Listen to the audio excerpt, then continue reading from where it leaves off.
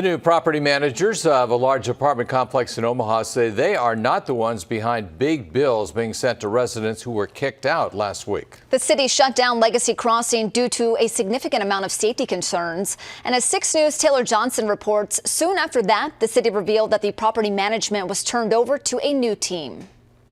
The move left many people forced out, hoping for a better future.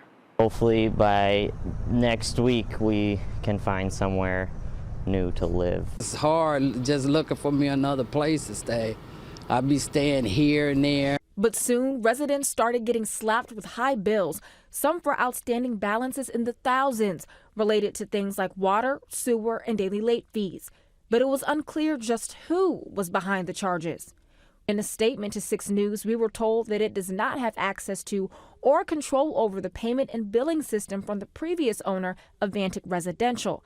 It says it has been trying to reach the former property manager, Sterling Ralston, on a daily basis, but there's been no response.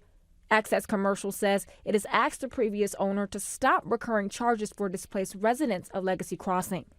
As we reported last week, legal help is being provided for those who received one of those bills.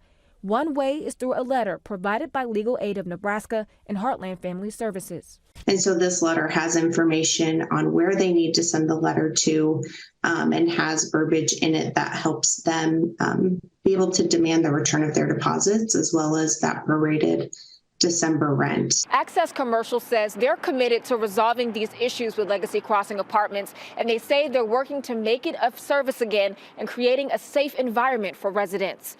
In your side in Omaha, Taylor Johnson, 6 News. We have attempted to contact the former property manager, but have not heard back. For Legacy Crossing residents still needing access to their apartment to get belongings, Heartland Family Service can help. They say to either contact your caseworker or call if you have not contacted them yet. We have those numbers on this story at WOWT.com.